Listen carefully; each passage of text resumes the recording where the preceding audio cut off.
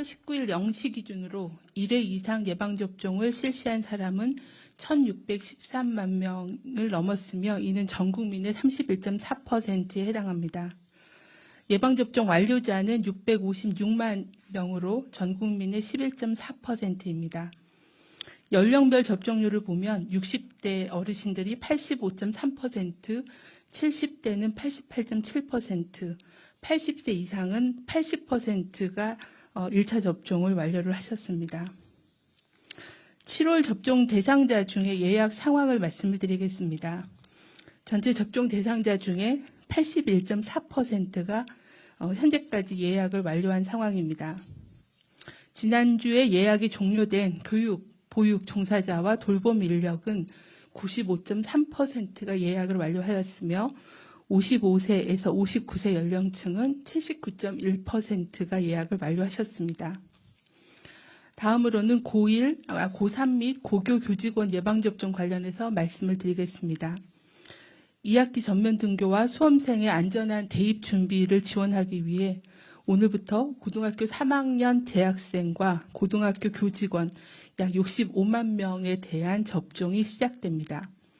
총 3,184개의 고등학교가 이번 접종에 참여하여 접종에 동의한 학생 46만 명과 교직원 19만 명은 오늘부터 7월 30일까지 280여 개의 예방접종 센터에서 화이자 백신으로 접종을 받게 됩니다.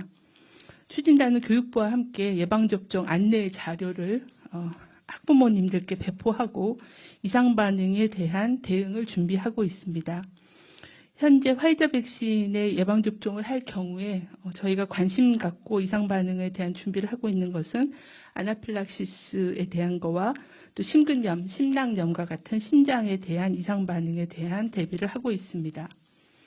모든 접종자께서는 아나필락시스의 예방을 위해서 예방접종 후에 15분에서 30분 정도 접종 기간에 머무르며 이상 반응 발생 여부를 관찰하고 귀가 후에도 3시간 이상 주의 깊게 관찰해 주시기를 바랍니다.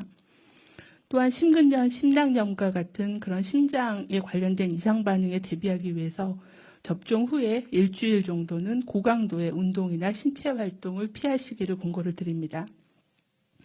또한 최소 3일간은 특별한 관심을 가지고 건강 상태를 관찰하면서 고열이 있거나 평소와 다른 신체 증상이 나타나면 병원 진료를 받아주실 것을 권고드립니다. 학교와 또 교사들께서는 예방접종 관련된 불안반응 예방과 대처 요령을 숙지하여 학생들이 안전하게 예방접종을 받으실 수 있도록 지원해 주시길 바라고 예방접종 센터에서도 아나필락시스에 대한 응급처치 대응을 철저히 점검해 주시고 또 접종 대상자들이 불안으로 인해 실신 등이 발생할 때를 대비해서 부상 방지 등을 위한 대처를 해 주시기를 요청을 드립니다. 또한 의료기관에서는 예방접종 후에 심근염 또는 심낭염이 의심되는 그런 진료가 있을 경우에는 신속하게 진단과 치료, 또 이상반응 신고를 해주실 것을 당부를 드립니다. 다음은 50세에서 54세 연령층에 대한 예방접종 사전 예약에 대해서 말씀을 드리겠습니다. 오늘 저녁 20시부터 7월 24일 18시까지 약 6일간 50세에서 54세 연령층에 대한 사전 예약이 순차적으로 실시됩니다. 원활한 예약을 위해 예약 일정을 분산하여 시행합니다. 53에서 54세는 7월 19일 20시부터 7월 20일 18시까지 1차로 예약을 하시게 되고요. 50세에서 52세는 7월 20일 20시부터 7월 21일 18시까지 예약을 진행하고 7월 20일 20시부터 7월 24일까지는 50대에서 54세 전체 연령층에 대한 예약이 가능합니다. 7월 24일 18시까지 6일간 예약이 진행되므로 사전 예약이 시작되는 개통 직후의 시간대에는 많은 사람들이 일시에 접속해서 사전 예약 누리집에 접속 지연 현상이 발생할 수 있습니다. 6일간의 사전 예약 기간 중에는 조기 마감 없이 언제나 예약이 가능하므로 접종 대상자들께서는 가급적 개통 직후 시간대를 피해서 예약을 해주시기를 부탁을 드립니다. 백신 공급 일정이 유동적인 상황에서 안정적인 예방접종 시행을 위해 7월 16일부터 시작하는 50대 연령층의 접종에는 모더나 백신 외에 화이자 백신도 추가하여 접종을 시행할 계획입니다. 7월과 8월에 도입되는 모더나 백신의 총량은 당초 계획 대비 변동이 없지만 주별로 공급되는 공급 일정이 변경이 돼서 모더나 백신이 7월 배정 물량이 7월 말에 집중적으로 공급되는 관계로 백신 수급 상황에 대한 탄력적인 대응과 50대 대상 예방접종의 안정적인 운영을 위하여 같은 mRNA 백신인 화이자 백신을 같이 활용하도록 한 것입니다. 백신 공급 일정 때문에 기존의 예약 당시와는 다른 백신으로 접종을 하게 된 점에 대해서 송구하다는 말씀드리고 양해를 부탁을 드립니다. 보다 안정적인 접종을 위해 50대의 접종 시기를 8월 25일에서 28일까지 연장하여 실시하고 사전 예약을 완료하신 분들께는 접종일 전에 백신 종류 등을 문자로 개별 안내해 드리도록 하겠습니다. 현재 1차 접종 예약 시에 자동 통보되는 2차 접종 일정은 위탁의료기관의 기존 예약 상황을 반영해서 잠정적으로 통보해드리는 일정이며 확정되는 2차 접종일은 추후 대상자들에게 개별로 문자 통보를 드릴 예정입니다. 다음은 이상반응 신고 현황 및 분석 결과에 대해서 설명드리겠습니다.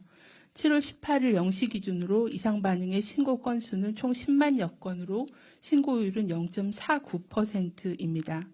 신고 사례 중에는 근육통, 두통 등 일반적인 이상반응이 94.9%이고 사망, 아나필락시스 의심 증상 등 중대한 이상반응은 5.1%의 비율을 유지하고 있습니다. 2차 접종이 교차 접종으로 진행된 경우, 즉 1차 접종은 아스트라제네카 백신을 받고 2차 접종을 화이자 백신으로 맞은 경우가 현재 66만여 건이 예방접종이 진행이 되었습니다. 현재까지 신고된 이상반응의 신고율은 0.18%였습니다. 이거는 대부분 일반적인 이상반응 신고가 대부분이고 사망은 아직까지는 보고는 없는 상황이고 아나필락시스 8건, 주요한 이상반응 11건을 포함한 신고가 되었습니다. 대부분 동일 백신 접종을 했을 때 이상반응과 큰 차이가 없고 약간 낮은 수준의 신고율을 보여주고 있습니다. 아직까지는 예방접종이 진행되기 때문에 추후 진행 상황을 모니터링하도록 하겠습니다. 최근 세계보건기구 또 유럽의약품청 등에서 mRNA 백신인 화이자 모더나 접종 후에 심근염 또는 심낭염이 발생할 수 있다고 계속 발표를 한 바가 있습니다. 유럽, 미국에서 보고된 사례는 주로 젊은 연령층의 남자, 그리고 1차보다는 2차 접종 후, 그리고 접종 후에 14일 이내에 발생하였으며 대부분 치료와 휴식 후에 빠르게 호전되었습니다. 화이자, 모더나 백신 접종 후에 전에 없었던 가슴 통증, 압박감, 불편감, 또는 호흡곤란 또는 숨가쁨, 호흡 시의 통증, 그리고 심장이 빠르게 뛰거나 두근거림, 실신 등의 증상이 나타날 경우에는 의료기관을 방문해 주시기를 부탁을 드립니다. 또한 해당 환자를 진료한 의료기관은 이상반응 신고를 부탁을 드립니다. 다음은 예방접종 피해조사반 사례 평가 결과를 설명드리겠습니다. 현재까지 총 22회에 걸쳐 예방접종 피해조사반 회의를 개최하여 사망 및 중증 사례 877건, 아나필락시스 의심 사례 385건에 대한 평가를 진행하였습니다. 총 135건에 대해 예방접종과의 인과성을 인정하였습니다.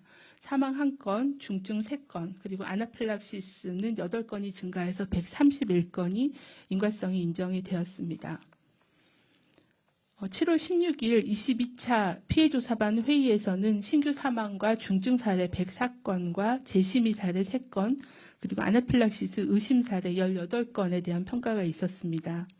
신규 사망 및 중증 사례의 추정 사인, 진단명에 대해 기저질환, 그리고 예방접종과의 영향력을 종합적으로 검토한 결과 100건에 대해서는 예방접종과의 인과성을 인정하기 어려운 것으로 평가하였고 4건은 최종 부검 결과 등을 확인한 후에 재논의하기로 하였습니다. 대부분의 사망자 또는 중증 사례의 추정 사인 및 진단명의 상당수를 차지하는 뇌졸중, 심근경색증, 급성 심장사 등은 백신 접종보다는 고혈압, 당뇨, 협심증 등 기저질환에 의해 유발되었을 가능성이 높아 인과성을 인정하지 않았습니다. 다만 아스트라제네카 백신 접종 9일 후에 길랭바레 증후군으로 진단받은 중증 사례 한 건에 대해서는 인과성 근거가 불명확한 경우로 평가하였습니다. 신규 아나필락시스 의심 사례 18건 중에 8건에 대해서는 인과성을 인정하였습니다. 다음으로는 코로나 주간 동향에 대해서 말씀을 드리겠습니다. 지난주 코로나19 국내 발생 확진자는 하루 평균 1,348명으로 직전주보다는 35.9%가 증가하였습니다. 또한 지난주에 비해 수도권보다는 비수도권에서의 확산세가 더 컸습니다. 수도권의 경우에는 이들 환자 발생이 평균 799명에서 990명으로 증가하였고 수도권의 비중이 80.5%에서 73.4%로 변동하였습니다. 비수도권의 경우에는 하루 평균 193명에서 358명으로 급증하였고 비수도권의 비중이 26.6%로 증가하였습니다. 해외 유입 사례는 하루 평균 48.1명으로 전주 대비 28% 감소하였습니다. 주간의 위중증 환자는 대략 159명이었고 증가 추세에 있습니다. 사망자는 주간 17명이 발생하였고 치명률은 계속 감소 추세에 있는 상황입니다. 최근 4주간의 감염 경로를 보면 가족, 지인, 직장 등 소규모의 접촉 감염이 증가하면서 확진자 접촉에 대한 비중이 계속 증가하고 있습니다. 또한 일반 음식점, 주점 등 그리고 유흥시설, 학교, 학원 등 교육시설, 그리고 군 훈련소 등에서 집단 발생이 여전히 지속되고 있으며 의료기관, 그리고 사업장, 제조업의 사업장에서도 신규 감염이 발생하고 있습니다. 주요한 전파 위험 요인은 밀폐되고 밀집된 환경에서 불충분한 환기, 그리고 또 마스크를 착용하지 않은 상태에서의 장시간 체류 등이 여전한 위험 요인으로 분석되고 있습니다. 연령대별로 보면 80세 이상을 제외한 모든 연령대에서 전주보다 환자 수와 발생률이 증가하였습니다.